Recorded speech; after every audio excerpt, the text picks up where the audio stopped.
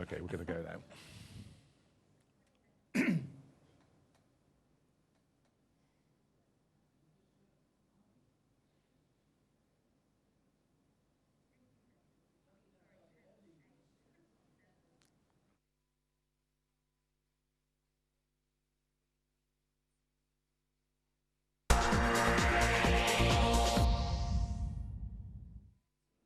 Welcome back to the report. Now, the Treasury sought to increase its powers today as George Osborne announced a new plan to prevent national debt in the future.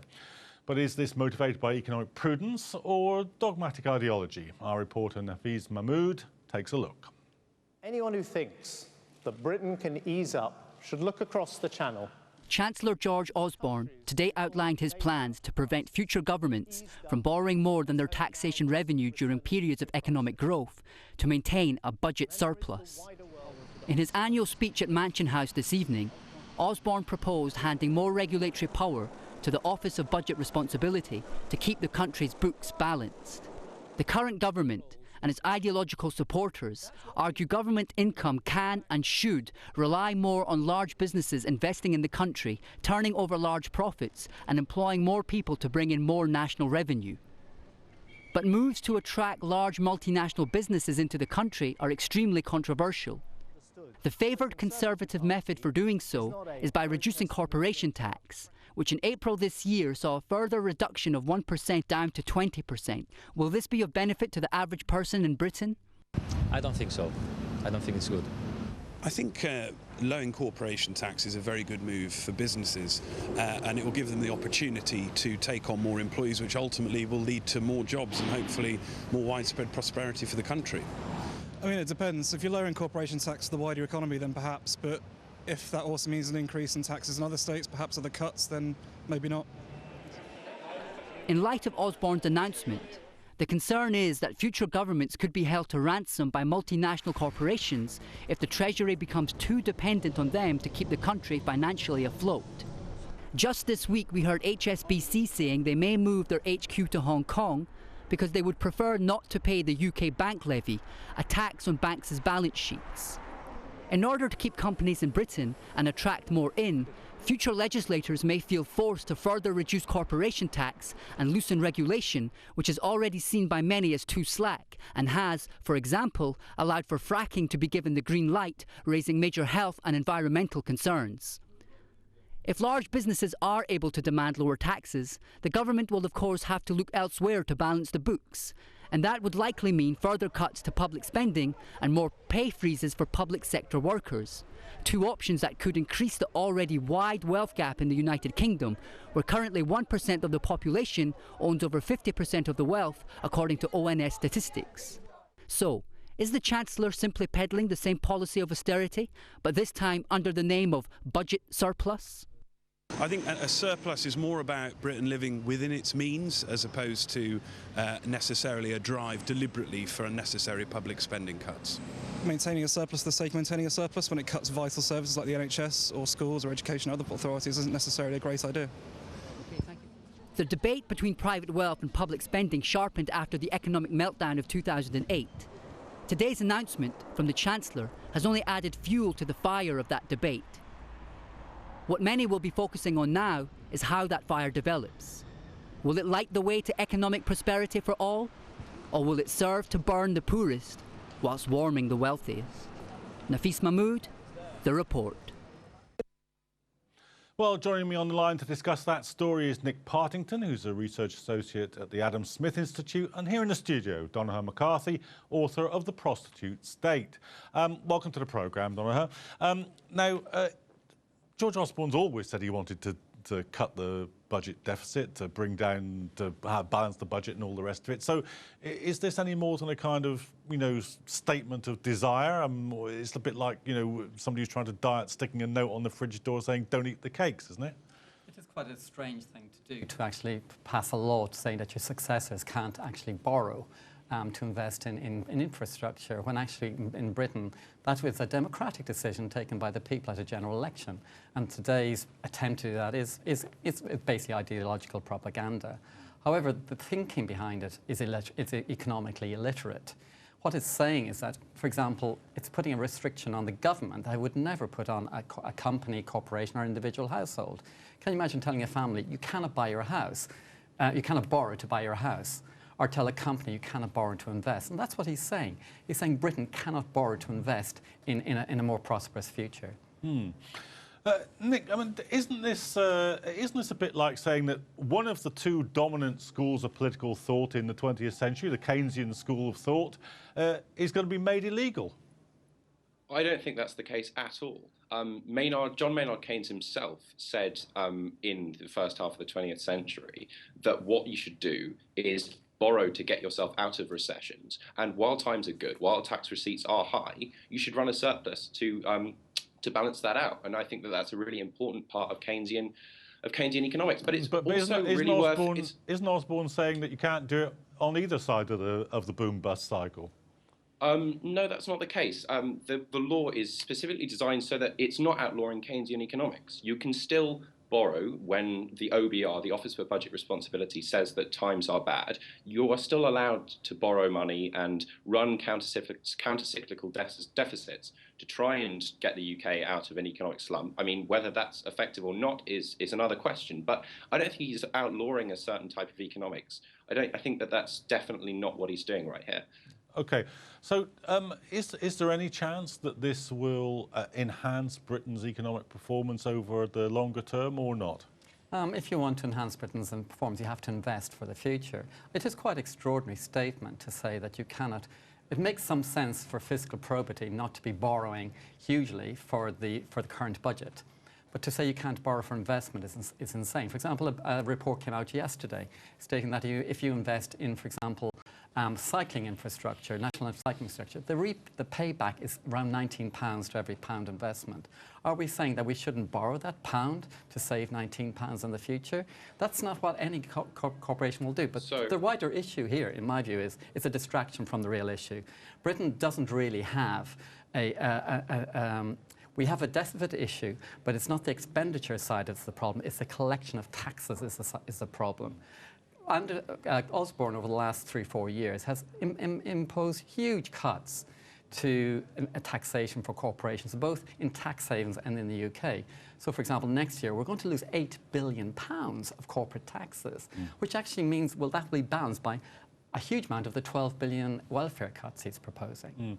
I mean, Nick, I can hear you want to get in on this, but that's a fair point, isn't it? That Britain's got a big productivity problem. Only capital investment will really cure that. Why not spend the money? Well, I think that there's a reason why the productivity puzzle is called the productivity puzzle. If it was so clear-cut that we knew that all we had to do was invest in infrastructure and do more capital investment, then that would fix it and we'd be all on a happy road to higher growth, then we would have probably done it by now. The fact is that economists it's an extremely large debate within economics whether this is the best way to do it. Frankly, we don't think that anyone knows what the reasons for the productivity puzzle are and what the policies are which are likely to reverse it. But I think that it's really important to stress that the issue here is about the national debt. We have a national debt of 80.4% of our GDP. And robust studies have shown that growth starts to get really, really hampered when you get to levels of sort of 85%, 90% of GDP. And so what this law is doing is saying that you have to run a surplus while times are good. And if you're running deficits, that is to say, still adding to the national debt while the times are good, it's going to be extremely difficult to bring it under control as a percentage of GDP. And that's going to have real effects on growth in the long term and on how rich people are and how good their lives are, essentially. It hasn't been a particularly sort of happy story for most people in terms of getting richer under George Osborne so far, has it? Well, it hasn't been under any government since almost Thatcherism changed the dynamics of taxation in this country. Under the Blair government, the transfer of wealth from the working and middle classes to the wealth was enormous. Average wage of a CEO went from 40 times their employees to 120 times their employees. But the issue you raise is that over the last 20 years, we have seen a massive transfer of wealth to a tiny section of our society. And George Osborne's policies are continuing that pattern. And so what we need is a complete refocus on how we tax and how we invest in this country. And that's what today is not about. Nick, sort of moving on, why is it that you think that do you think it is that the Tories need a second emergency budget? They had one only a few months ago. Was that hogwash before the election and this is the real one? I'm not too sure. I think that it's important that they should try and let people know, let markets know what they want to do. I mean, I think that that's something which they rightly faced a lot of criticism for during the election, having a kind of a vague plan about what they were going to do with the country's finances. And I think it's useful that they are going to try and set out what they want to do in more detail. And I think that's only a good thing. So yeah, I'm broadly supportive of them telling us what they're going to do. But why do you think it is they didn't tell us what they were going to do in the last budget? I mean, was that simply a bad idea to tell the people what they're going to do when there's an election coming up? I don't know. I think that it's obviously that was under a coalition government, and this is a Tory majority, so there are going to be different priorities. There's going to be different policies. I think that what it's useful for them to do is set out what they're actually going to do when their manifesto was notably vague about their policies to try and get Britain on a track to growth, which is what we really should be looking at. That's an interesting fact, isn't it, that Nick says that the Tory manifesto was sort of vague on key economic questions. So you could legitimately argue that they don't have a mandate on those questions. True, they were elected on 37% of the vote because of our electoral system, but we have that electoral system in large part because of who the media is owned by. This all comes together. You know, we've got a media owned by corporate owners who are part of the 1%, who actually get across, who actually in that vote transferred a 20% positive for electoral reform to a 10% negative. Yes, the failure in electoral reform gave us the result that on 37% of the vote, the Tories can put through 100% of what they want on economic measures, which is a disaster for the wider country. Nick, I mean, it's obvious that corporations will be pretty happy with a decrease in corporation tax. But in terms of the sort of people that might be lobbying for some of the measures that Osborne's talking about, who are they? Who are going to be happy with the outcome of this? I mean, as you say, there are corporations which will be happy, and you know, I'm not here to necessarily defend the Conservative government, but I think that normal people should generally be happy when we cut taxes, because we live in a globalized economy. Tax rates are a really important way that companies decide where to set up, where to create jobs, and where to invest. And so I think it's important that we should have a low tax regime to attract these companies, to attract immigration of these sort of superstar entrepreneur investors who are going to be the ones driving growth and driving employment in our country. So I broadly agree with you that corporations will be happy, but I think that we've done a lot of work on this, and that in fact corporation tax actually hits the pockets of the workers of that corporation more hard than anything else.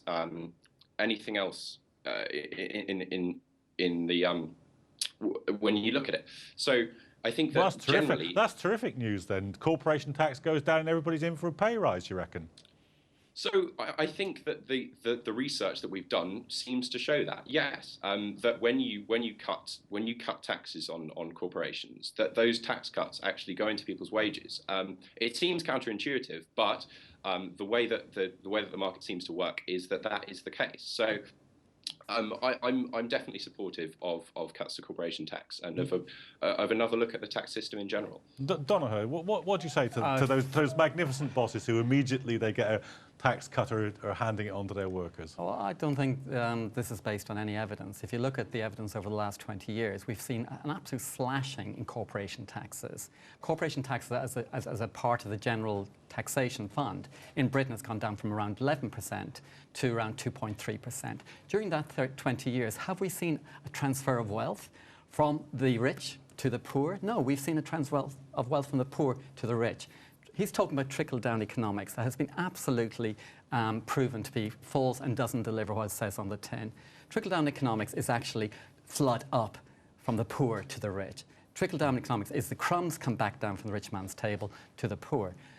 So the actual cutting of corporation tax has been a disaster. I mean, Nick, this is a pretty hard argument to sustain when corporation tax has been falling. It's now lower than it was under Margaret Thatcher. And at the same time, real wages have undergone their longest post-war decline ever. Sure, but I think that that's an odd comparison to make, because what you really need to do is look at counterfactuals. You want to think, what would have happened had we not done those policies? And that's something that we just don't know. Well, you mean it would have been even more disastrous decline in wages had we not cut corporation tax? I mean, I think that's something that we frankly don't know. The research that we've done seems to suggest that cutting corporation tax can make money go into the pockets of workers, and we think that that's a good idea. But you can't say that simply because of what has happened that is necessarily a worse scenario than if we had not cut corporation tax. I think that you need to look at counterfactuals, and that's something that we can't do. OK.